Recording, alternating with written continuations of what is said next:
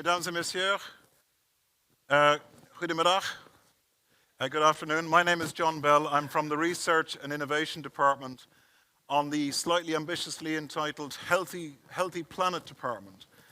And here we are to have a first of the major sessions in our R&I days to talk about how to make our planet healthy again. In the course of the discussion today, there will be an opportunity to use Slido, where you've had an introduction to ask questions and to raise points. And as moderator, I will try and help you in the course of doing that. My job at the beginning, very simply, is to welcome you and to welcome our two guest speakers. Perfect timing, Vice President.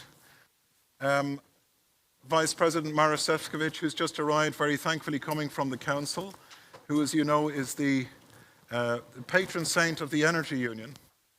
And that is a hell of a job to be undertaking. And our other guest speaker, I'm delighted to introduce to you somebody who doesn't actually need any introduction. Professor John Shellenberger. I don't know, have you know about he is the father of the concept of sustainability, the IPCC's report, and he wrote, I've been working in the Commission for 27 years, I think the most important report that I've read in my working life. He was chair of the group on the high-level panel on decarbonisation. This will prove, I think, to be one of the most important documents written in the history of the European Union as we move forward into the green planet. So we are very fortunate, and those of you who are online, who are looking at this streaming, please join in the discussions. We can start, I think, where most of us left off yesterday evening.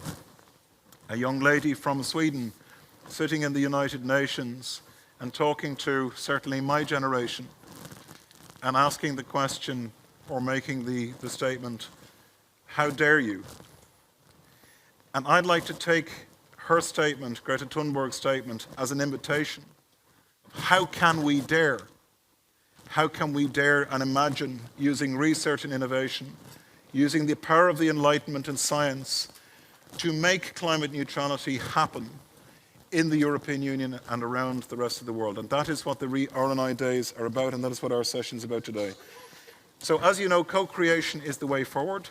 And one of the great things about Horizon Europe is we're working together across Commission departments, and my colleague Nathalie Sols van der Weijver is one of the colleagues with me who's chairing the Horizon Europe chapter on bioeconomy, food, natural resources, oceans and environment. And I invite you, Nathalie, maybe to have a word of introduction. Thank you.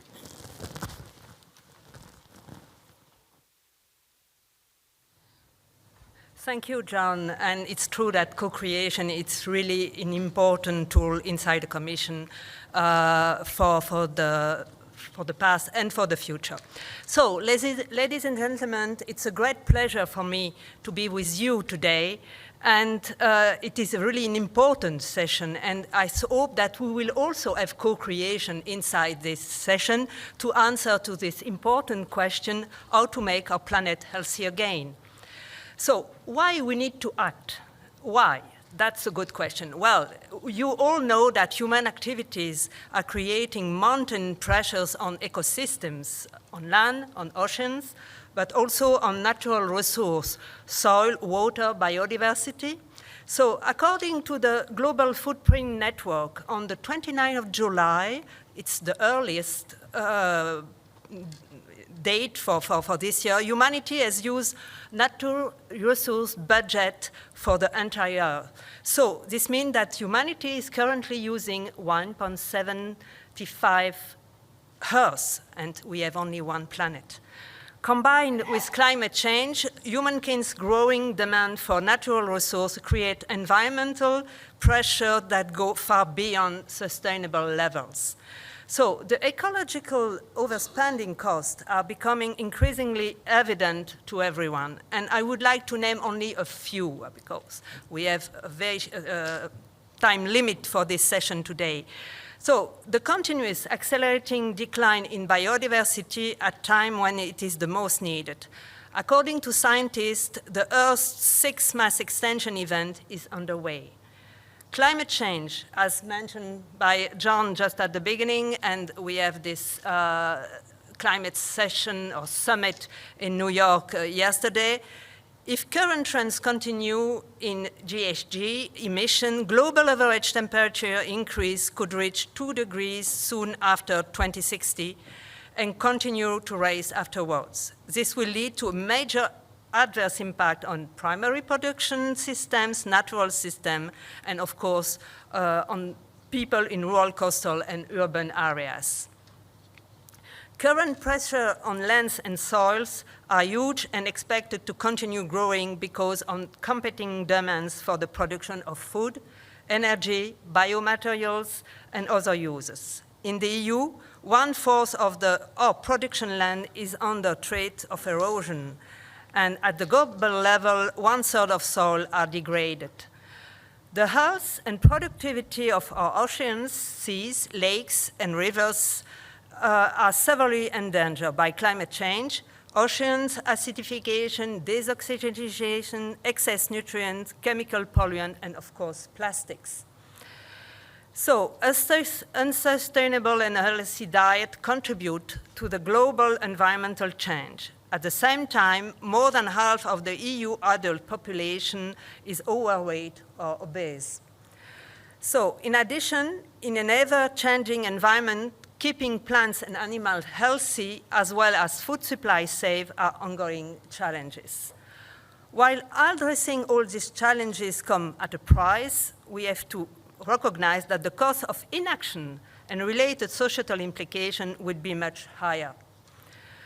If left unaddressed, the economic sectors which depend on the health of natural systems and resources, of course, agriculture, forestry, aquaculture, fisheries, food industry, and bio-based, will be particularly affected.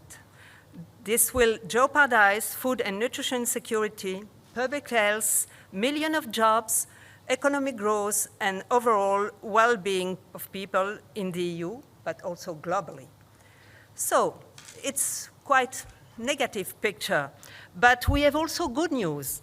Effective management of land and natural resources while safeguarding biodiversity can enhance climate change mitigation and adaptation.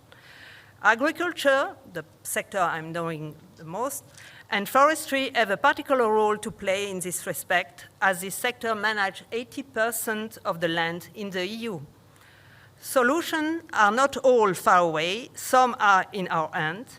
For instance, there is a magic machine that sucks carbon out of the air, costs very little and builds itself. It's called the tree. What about mobilizing it better in our territories toward that end, from agroforestry to wood building? Similarly, our soil can be better used to store carbon.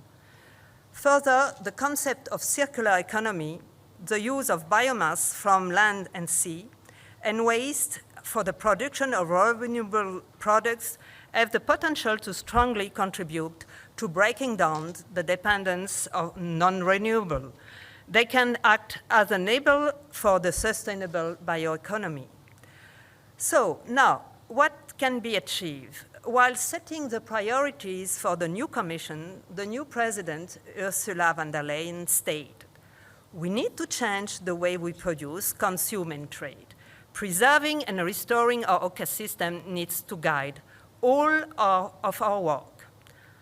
Second priority, I want Europe to strive for more by being the first climate-neutral continent. We will be a world leader in circular economy and clean technologies, and I believe that what is good for our planet must be good for our people, our region, and our economy. We will ensure a just transition for all. So, the EU has the ambition to lead the transition to a healthy planet, leaving no one behind, in full compliance with the United Nations 2030 agenda and the Paris Climate Agreement, and of course the Convention on Biological Diversity. By investing in research and innovation, we aim to advance knowledge, build capacities, as well as develop and demonstrate innovative solutions that will accelerate this transition. To this end, in Horizon Europe, which is the theme for these 3 days, we mobilize diverse means. The new research innovation missions, and in particular in the area of adaptation to climate change, including societal transformation, to soil health and food, and healthy ocean, sea, coastal, and inland waters. We have also, of course, the partnerships in areas ranging from agroecology, living labs, and research infrastructure to sustainable bio-based solutions, and the traditional collaborative project. Of course, words must be matched with deeds and, of course, with resources. And in other words, the EU needs to put its money where its mouth is. And I'm pleased to say that we have done exactly that. When we have proposed, the Commission have proposed to have a budget of 100 billion for Horizon Europe, the most ambitious research and innovation program ever, and I hope that the results of this the MFS will be at the level of this ambition. And of this 100 billion, 10 billion is dedicated to look to innovative solutions for food and natural resource. And that will help us to set the human activities on a path to climate neutrality and sustainability.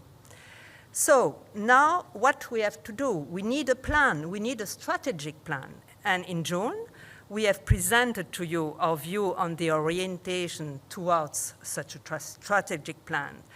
And now we need to co-design the orientation with you. And as the success of the resulting strategic plan will depend on society making on its own.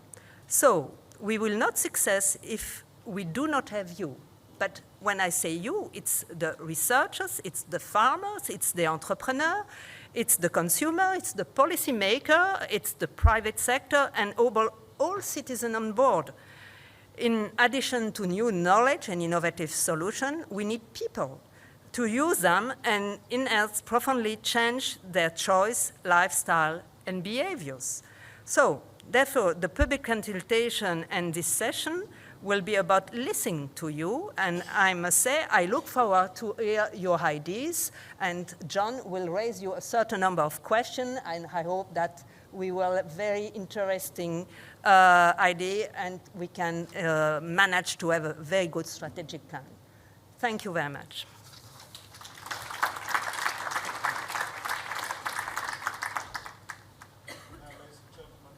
Slido is now open. So I'd like to maybe ask Professor Shellenberger, who is the person who really has narrated our era by showing us that climate change is the defining challenge of our generation, and maybe to ask you the question, which are the main climate change challenges that we face in our planet, our society, and our economy? Okay. Professor Shellenberger, I know you have some. Yeah, thank you very much. I guess I will stand up here, and you are now witnesses of a world first, because for this event here, I changed my choreography. And of course, if somebody is now entering the room, I will lose your attention immediately, but now it's worthwhile to pay attention. I just tell you now, because everybody talks about climate emergency as of recent, and you have seen probably Greta Thunberg yesterday at the United Nations in a very emotional speech. And some countries and many municipalities have declared climate emergency. So I tell you now why. This is an impromptu lecture, why we are in a deep climate emergency. So I will skip these slides here, but I'll go to the next one. Let me see if it works, of course. That's always the wonderful thing. So, let me see. Interesting. Next slide, please. Can you do it? No, you can't.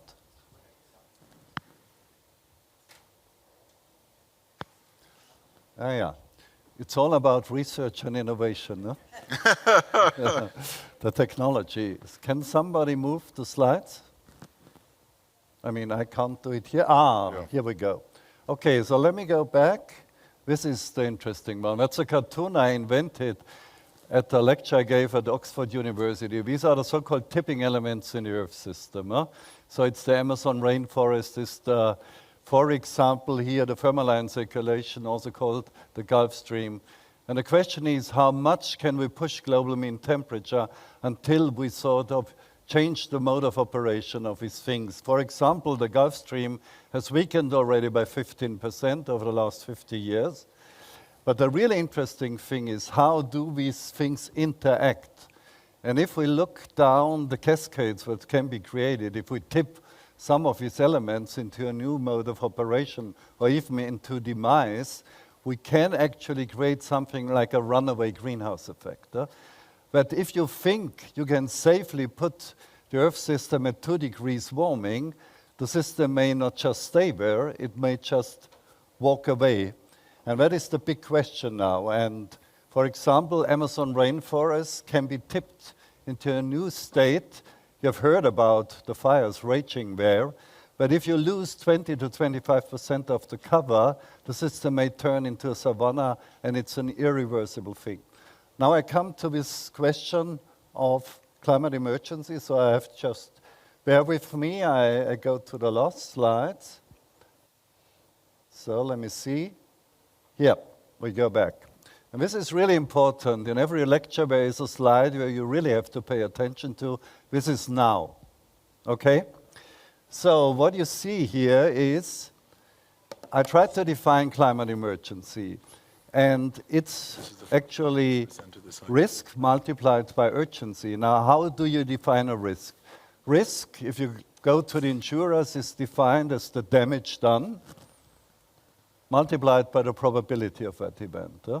So you see R is D multiplied by P, the probability, and if P is 1, it means certainty, an earthquake which destroys Tokyo or Yokohama, for example. Now the interesting part is urgency. How do you define it? So you go to air traffic controllers and ask them. And it's actually defined by the reaction time. You see 2 planes on a collision course, and you can avert this to happen. And what is the reaction time to send a signal and to change the course? Divided by the intervention time left. And it's clear if the intervention time approaches reaction time, you have lost control. And now I tell you what it means for climate. In the climate case, if we go into a runaway greenhouse effect, the damage may be between 100 trillion and the loss of civilization, that is infinity. You can pick your choice actually here. The probability, I would say now, is about 10%, but this is going to happen. So this is already a very high risk. Now when it comes to the urgency, for decarbonizing a society like the European one, or the global one, and for at the same time keeping the forests alive, which is the other part of a climate protection strategy, I think we need at least 20 years. We have only 30 years left actually to do this, because otherwise we will have overdrawn our carbon budget. So the ratio of urgency is 2/3, it's about 0.66. So this is deep alert zone actually according to air traffic controllers. Now you can multiply risk by emergency, urgency here, and it simply means we are in a deep state of climate emergency if you trust the numbers done by the natural science. And this is not actually something which has been communicated in this drastic way and is very sobering way to the decision makers. So I guess absolutely nobody sitting at the United Nations Summit today or yesterday is aware that we are so deeply in the climate emergency. So I simply remember you have the 2 things that need to be done. We have to decarbonize the world by 2050. That means emissions go to 0. And Europe should, by the way, do it by 2040. We cannot leave it to Burkina Faso to do the leadership on climate protection. It has to be done where the Industrial Revolution was born here in Europe. And the second thing is, if we keep on destroying the natural carbon sinks, we have not the slightest chance to avert runaway greenhouse effect. So these are the 2 challenges.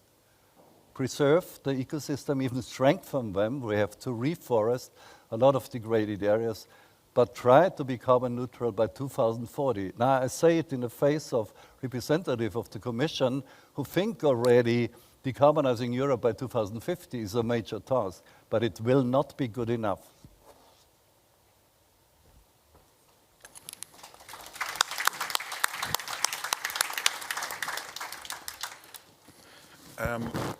I think people should be aware this is the first time that, if I may call it, the Shellenberger scale has been announced. It's probably the most significant one since Richter scale was announced in public policy.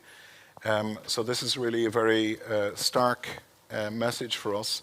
Those of you who are looking on Slido, the first question you will be addressing in due course will be how Europe should prepare itself towards a healthy planet. The question originally was by 2050, but in the light of your comments, maybe we should be thinking about other timeframes. The first question for turning to Vice President Šefčovič, thank you very much for joining us.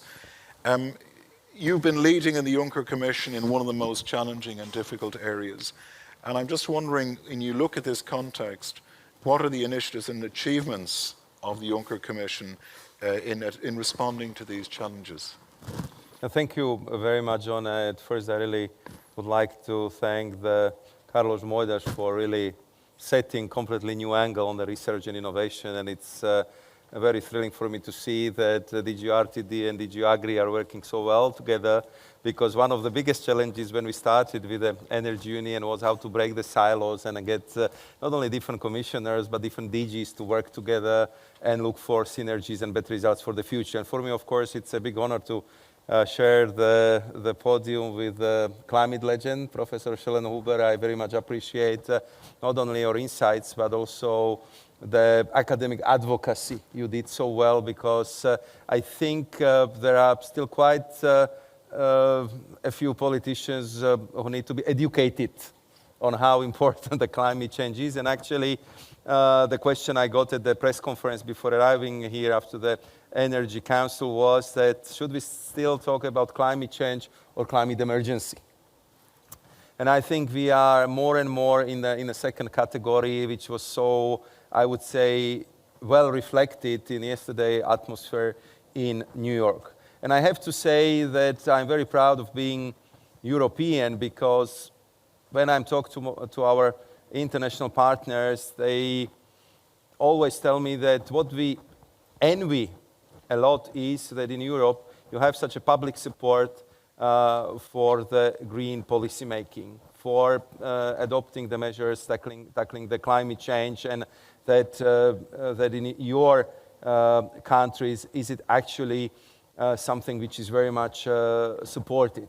We know that it's not as easy as that, but comparing to other parts of the globe, we are really blessed with having such a public support for these transformational changes we introduced, and we will have to introduce even more in the next 5 years. So that transformation of mindset, I think, was very well reflected also with the Energy Union. As you, I'm sure, remember very well, we started the Energy Union with the fear of gas interruptions, with the energy crisis, with the security of supply issue. But what has happened over the 5 years at today's discussion, which was, I would say, the closing session for this commission with the energy minister, was entirely about climate change. It was entirely about how to meet the targets for 2030. If these new governance tools we invented over the last 5 years, these national energy and climate plans will get us over that hurdle, and it would allow us actually to meet the targets for renewables and for energy efficiency. And you know, we have different perspectives, but I think that was quite clear that every single minister in the room is fully committed that we have to achieve these goals collectively, and that's big change. If I compare our discussions 5 years ago, it was very defensive, it was very difficult. This time it is about how we are going to do it, and those who are in more difficult positions, how you, my colleagues or Commission, can help me to do it. So nobody is somehow disputing the necessity and need for change. So I think that's very important from the perspective of public opinion, from the perspective of policy making. What I think we can be also proud of is that we really built very solid base for what would be now the new flagship program for the new Commission, and President-elect Ursula von der Leyen was very clear on that. The number one priority would be Green Deal. And I think that the Green Deal could be built on the very solid framework and basis we set in the Energy Union, because now we have reformed electricity market design. We have now very ambitious emission standards for the first time for cars, trucks, and vans. We are investing a lot in a smart grids. We have a very ambitious goal for renewables, and we have now fully with us research and innovation community to support these new innovative technologies. We have also proof that if you do it right, it works. That we are only major economy where you actually manage to split the economic growth and decouple it from the CO2 emissions. We have proven that you can grow, and we grow since 1990 by some 60%, and at the same time we reduce the greenhouse gas emissions by 23%. So there is a proof that we can do it, that it's possible, and you can still create new jobs, green jobs, high-tech jobs, clean-tech jobs, and that's kind of pointed to the future. Having said all that, we all know, and I think that this summer, last 4 years, which has been the hottest since the recording of the temperature started in 1850, are clearly telling us that this is not enough. So I think what we have to do is kind of two-pronged approach. First one, we have to continue to lead by example, because the best proof to convince our international partners to follow our example is to show that it works, that it brings results, that you can really transform the economy, you can create new jobs. And at the same time, I think it will be the combination of international diplomacy and our development aid, which I think should be much more focused than before for all the policies, for all the projects which would help us to change the situation on the ground, on the continents like Africa, just to simply use our green tech and clean tech technologies to help these countries to develop the economies in the new post-fossil way. I think it's already possible with today's technologies, but we have to kind of give it the proper international scale. The last thing I would mention, because it reflects the discussion we have this morning, and this brings me a little bit closer to hopefully my future portfolio subject surviving hearing on Monday. and this is the need for foresight, meaning for looking a little bit more ahead than this current Commission period. We just simply have to picture the scenario where we want to be. And thanks to the President-elect, we know what the scenario is. So that's climate neutrality by 2050. That's more ambition for 2030 that we prescribe in the Energy Union goals. And from that, we have to devolve all the necessary steps in the lawmaking, in policy making, but also in technologies. And that's where Europe, I think, would have to add additional efforts, because I see how important it was to have the leadership, political support, and focusing on the mind when we are catching up our lagging behind in the battery sector and electromobility. But we would need to do the same for other industries, which would be so crucial for not only preserving our technological sovereignty, but also for making sure that we will be invested in the technologies which would help us to achieve our climate targets, and that this would be the technologies which would help not only the Europeans, but that would be the technologies which would have the global scale implication. And that's something what I think need to do. We will have to focus our minds which of these technological megatrends we want to lead, how we are going to focus on it, and how we are going to put it at the service of tackling the climate change, or I think, as we should say from now, tackling the climate emergency. Thank you.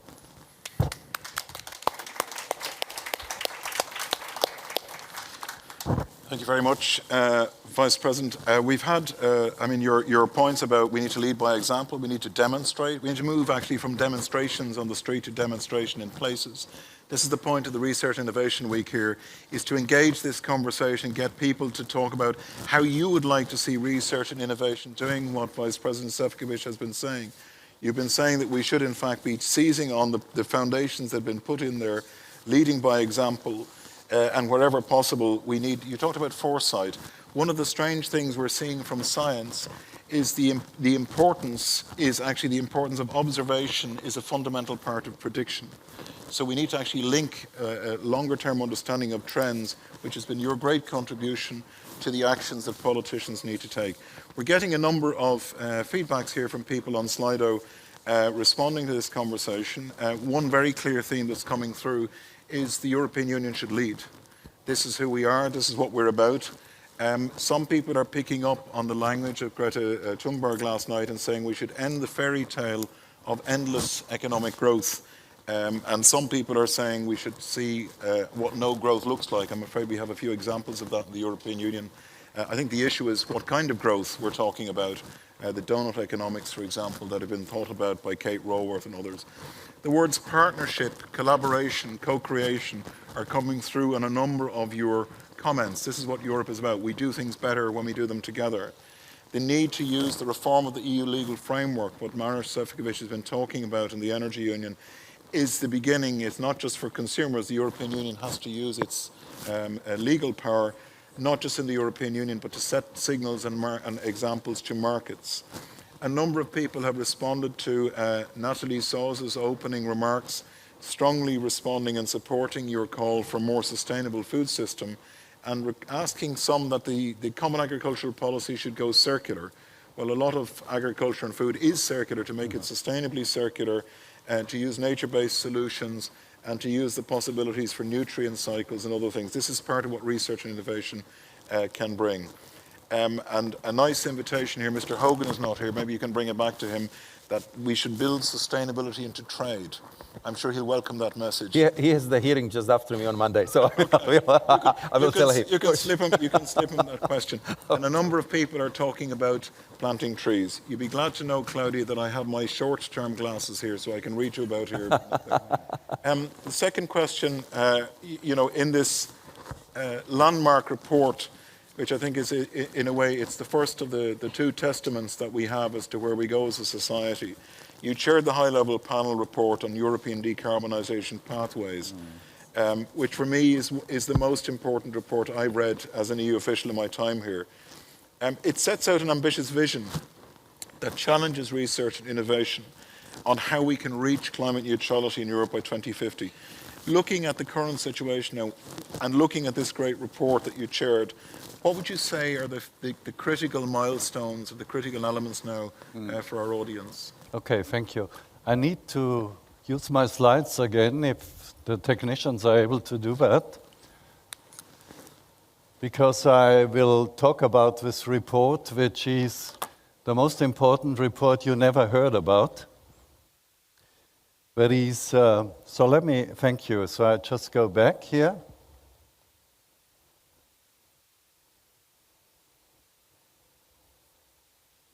So that's the report here. So there was a, I think, eminent panel of scientists, politicians, economists who did this report on decarbonization pathways for the European Union. We worked for 18 months actually and came up with the final report. Had a small chance to sort of present it in Katowice at the COP24, but otherwise I think it was more or less unnoticed. What we did there was a systems analysis of decarbonization for Europe, where research and innovation plays a leading role, clearly. And of course, I could walk you through it, and we looked at cities. Clearly, we looked at bioeconomy, very important, planting trees. But I will leave you with 3 concrete examples, because we can all do lofty language and talk about all the wonderful and great things we want to achieve. But I'll leave you with 3 examples and illustrations, which may sound outrageous to you, but I think we will become important in the future. So the first one is, we have to build our future houses and buildings, including skyscrapers, from wood, actually, because that is the best way to sequester carbon. And there is this wonderful carbon negative instrument, which nature invented 500 million years ago. It's called the tree. And you have read probably this article in The Guardian, George Monbiot and Greta Thunberg talking about it.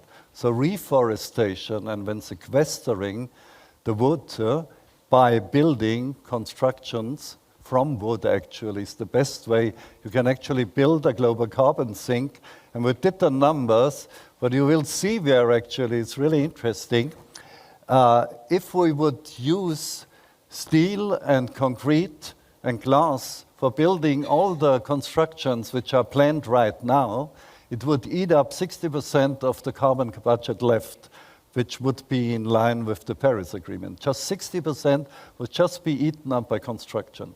But you see the last line there, the last column, if we would use wood instead, we would actually only reduce it to 10% or something. So we could construct ourselves out of the climate crisis by changing the building codes and things like that. And it can be done. There are fantastic new technologies, cross-laminated timber and so on. So that's the one proposition. The other one is, this is the panel. What we also came up with, what we called transition super labs. You take an entire region, for example, a former coal mining region, like the Lausitz in Germany. I was part of the German Coal Commission, and in the end, a compromise was done, which will cost the German government 100 billion euro, actually. But we look here. So what you see there is, on the left-hand side, a single asset-driven economy in the Lausitz, for example. We have to convert, and it's all driven by the extraction of lignite. We have to convert it into what we call a multi-asset tangle, so to speak. That means you have tourism, you have additive manufacturing, you have, of course, renewable energy, you have digital services, and you have new architecture. And if you put it all together, this is a semi-circular economy can be built. So our proposal was at this report that Europe should create 3, 4, 5 transition super labs, former coal mining regions, former industrial agriculture, former mobility hubs like the Port of Rotterdam, things like that. So it's a big thing. It's different from the missions. This is place-based innovation, and it's systemic innovation. And that is one of our major. I leave you now with my last outrageous suggestion. You know that the Amazon forest is burning right now, but also the forests in Kalimantan, in the East Congo, and so on, all around the world, in the Arctic. Now, I met a long time ago the president of Ecuador, who proposed to leave in the Yasuní National Park the oil in the ground if the international community would compensate Ecuador for not using the oil, actually. So how about, it was turned down in the end, there was not enough money, but how about if the European Union, for example, would lease the forests of Kalimantan at an annual lease rate which would exceed the profit which is created by destroying the forest. So I leave that with you. Thank you.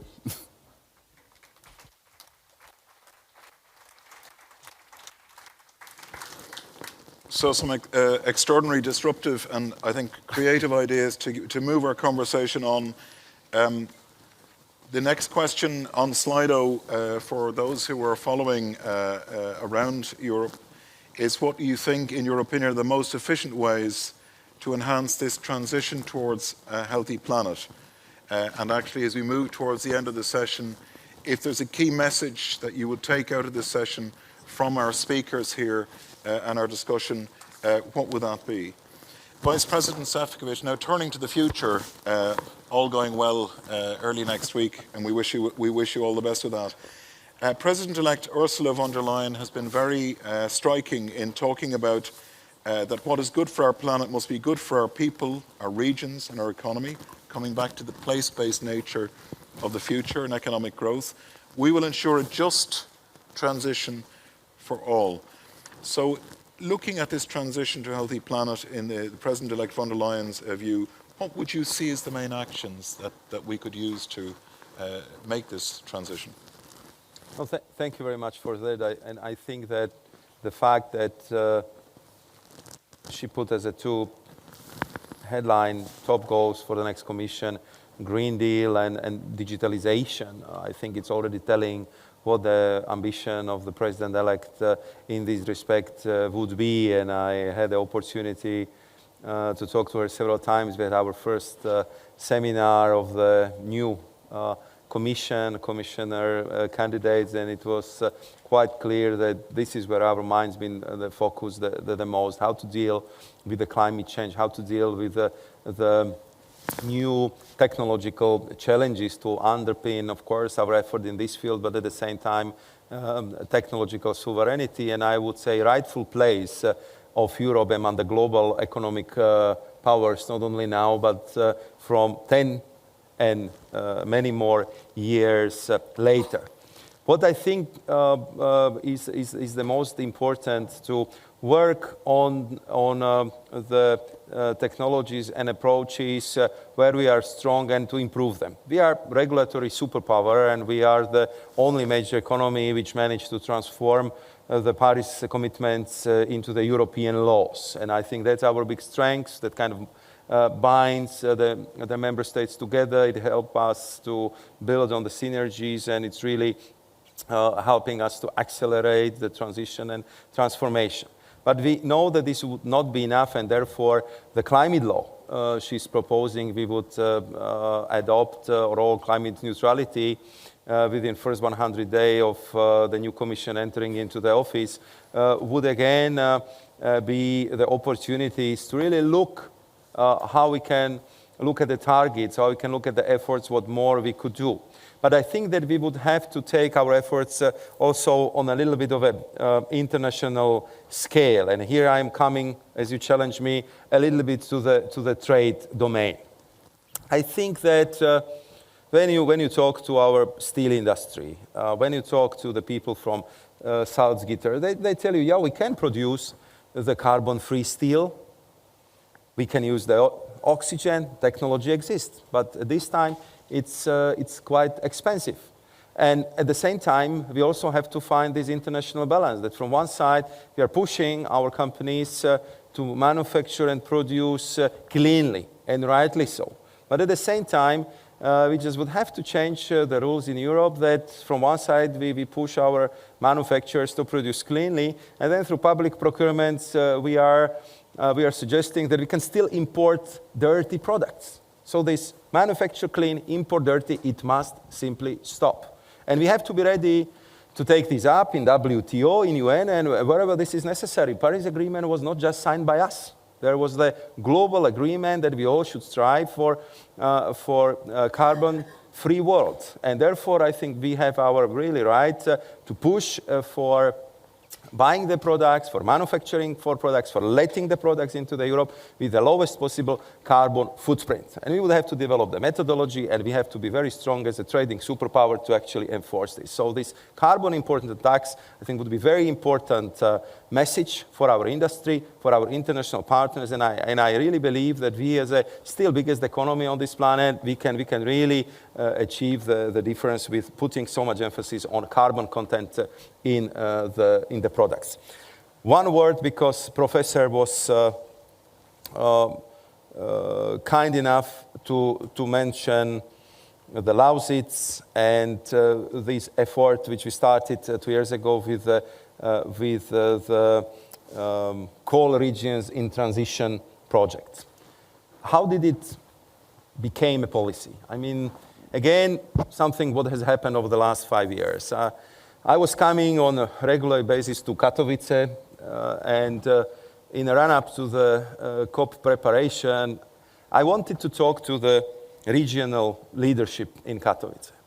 And of course, I was expecting that, as usual, there would be, a lot of worries, concerns, because of the place of coal in the energy mix and very clear decarbonization policies of the European Commission. But this time it was different. Because when I was listening to the regional members of the parliament, they've been telling me, Commissioner, we have to and we want to work with you on this energy transition, because we are worried the young people would leave this region, because they're telling us that their kids have respiratory diseases. that the investment will not come to our region, that they will not find the good jobs. And we do not want to have empty cities, depopulated regions. We do not want to have parts of the countries where the people simply wouldn't like to live because they do not see the potential for the future development. And then I brought it back to the Commission, and I have to say that thanks to my colleagues and thanks to support from the European Parliament, we introduced this platform. So the rules are very simple. We work with those regions which want to work with us. We ask them if they know what should be their new economic future. If yes, let's discuss it and let's prepare for it.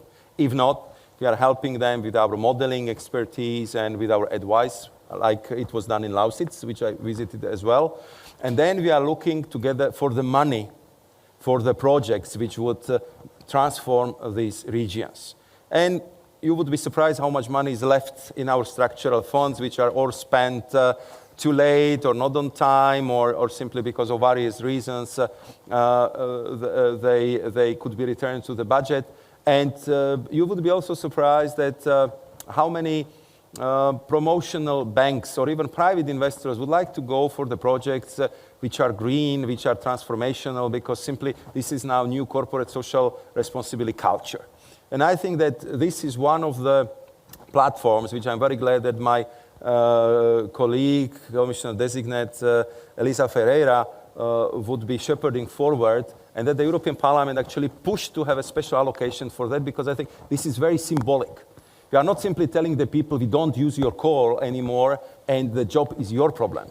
We are telling them, look, I mean, this is the history, we need to plan for the future, we want to do it with you, we know how to help you, so let's modernize and let's build the new economic perspective. I think in the case of Lausitz, but also in the case of this very intense coal regions in Poland, it actually has a bit of a symbolic element, because from coal, they are moving to the potential new battery gigafactory plants. So it would be like jumping from the past into the future. And I think these are the examples which are very symbolic, which are very important, and which prove that we in Europe know how to do it. And therefore, this would be a few of the, I would say, the lessons learned, which I hope we can amplify and use well in the work of the next Commission. Well, excellent. I would certainly vote for that. But I'm not a member of the European Parliament, so I don't have a say.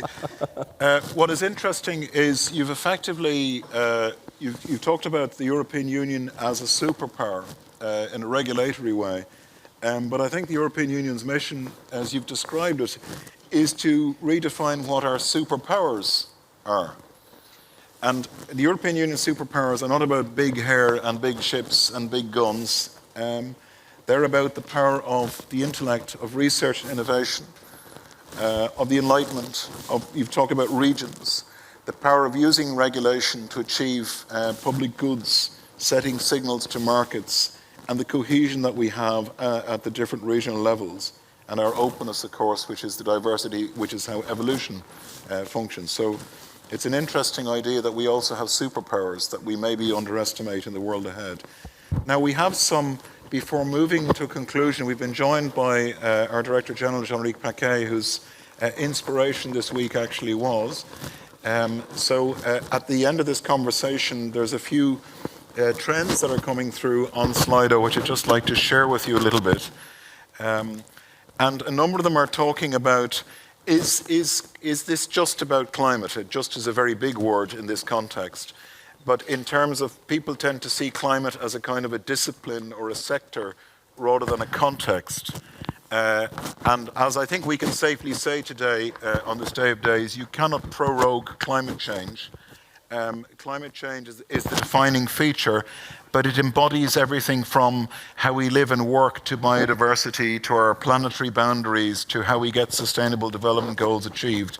But if you like, it's the framing of all of these narratives. So it is about climate, but it just is actually, it's a framework for all of the other things. People are asking about forestry and the role of afforestation and the opportunities in linking, for example, in the parts of Europe that are dealing with climate adaptation, to link disaster risk responses on forest fires and better management of forestry and water management and a crisis response, which will be one of the challenges, I think, of the next Commission. there's somebody very wise is asking about generations can make very drastic decisions that can be very bad decisions. So acting quickly is important, but acting wisely is very important. And this brings us back to both the work of Professor Shellenberger's report on the science base for the different pathways that we have to co-create, and the foresight that Vice President Šefčovič is talking about having in terms of setting direction. So these decisions have to be about decisions that are also discussed and internalized in a new form of governance.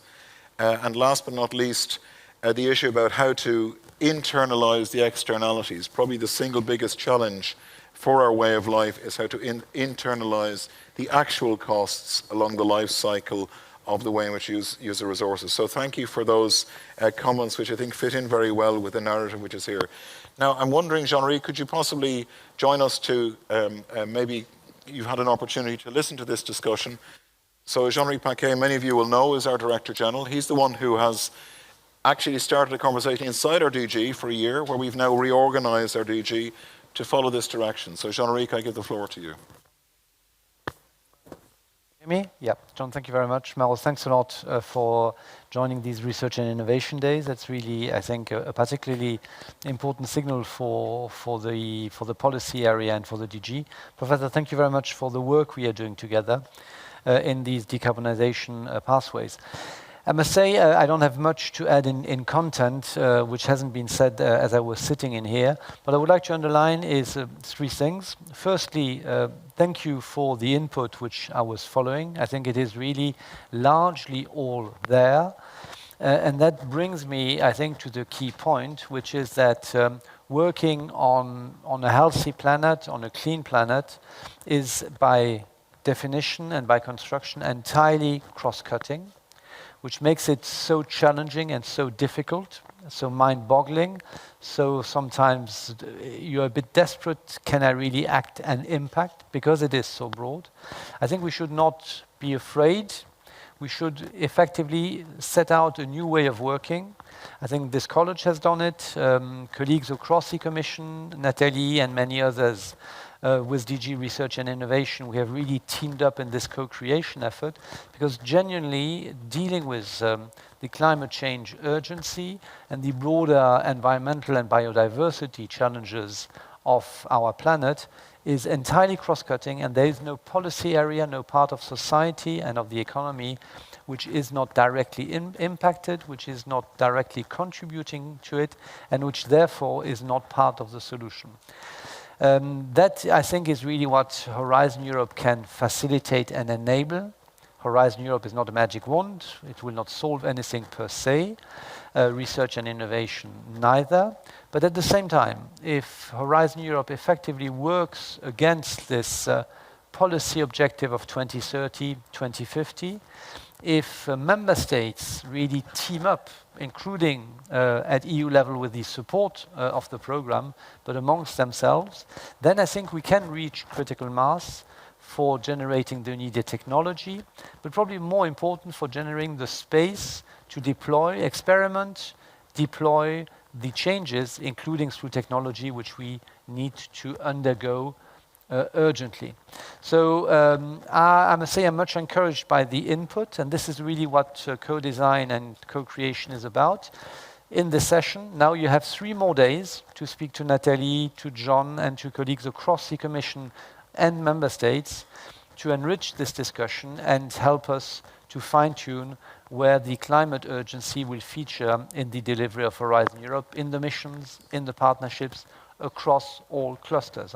In the public consultation, I said earlier this afternoon, we had more than 6,000 replies, of which more than 5,000 pinpointed climate as the driver of the program, and said very clearly and very rightly that this cuts across all aspects of the program, including the European Innovation Council, including the partnerships, including mobility of researchers. It gives direction to the effort, not in isolation, in the broader policy context which Maros described so well, but it is very much what you expect, and I think what the program can indeed help Europe, member states and EU programs deliver.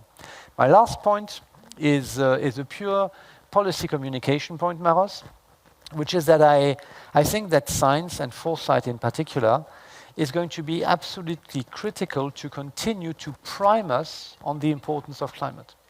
Because all of us as officials, US politicians and all actors, we are primed to deal with jobs and growth. We are not primed to deal with planetary boundaries and the climate. I mean, increasingly this is part of the conversation in this room very obviously, but not necessarily across our societies and policy circles. I was at a meeting of Director Generals of Research and Innovation. We had our broad usual business, good meeting. And then the second morning, we had this scientist coming to show us the figures, which we all know, but which are too far in the back of our minds. And he made this presentation, 15 minutes, very, very straightforward. I can tell you the meeting afterwards was completely different. So we really need science and knowledge and repeat it to prime ourselves that this is jobs, growth, and the planet itself. And I think, thanks for the session, John. This, I think, contributes to it. You have 3 more days to make a difference. Thank you very much.